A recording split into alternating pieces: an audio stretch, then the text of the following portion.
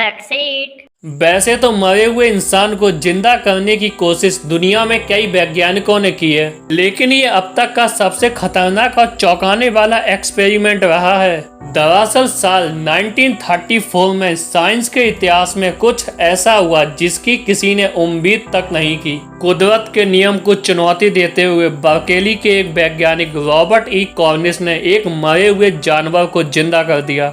दरअसल इंसान को जिंदा करने की रिसर्च ये कई सालों से कर रहे थे, जिसके बाद इन्होंने एक ऐसी टेक्नोलॉजी बनाई जिससे मरे हुए इंसान को जिंदा किया जा सकता था, क्योंकि इनका मानना था कि अगर मरे हुए इंसान के अंदर दोबारा से ब्लड फ्लो किया जाए तो वो जिंदा किया जा सकता है। इसके बाद इन्होंने एक टीटर बोर्ड लिया जिस पर ये मरे हुए इंसान को लिटाकर जोर जोर से उसे घुमाया करते थे, जिससे शरीर के अंदर का ब्लड फ्लो वापस से स्टार्ट हो जाए। लेकिन इस एक्सपेरिमेंट में इनको असफलता मिली। फिर इन्होंने अपने एक्सपेरिमेंट के लिए मई 1934 में 5 कुत्तों का इस्तेमाल किया, जिसका नाम इन्होंने लेजरस 1, 2, 3, 4, 5 रखा। इन सभी कुत्तों को इस वैज्ञानिक ने नाइट्रोजन गैस मिक्सचर देकर मार दिया। फिर मरे हुए कुत्तों की बॉडी को टीटर बोर्ड से बांधकर एक इंजेक्शन लगाया।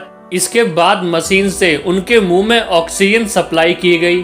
इस एक्सपेरिमेंट के बाद 3 कुत्ते वापस से जिंदा हो गए थे, लेकिन फिर वो कोमा में चले गए। लेकिन फिर लेजरस 4 और 5 को दोबारा से जिंदा कर लिया गया।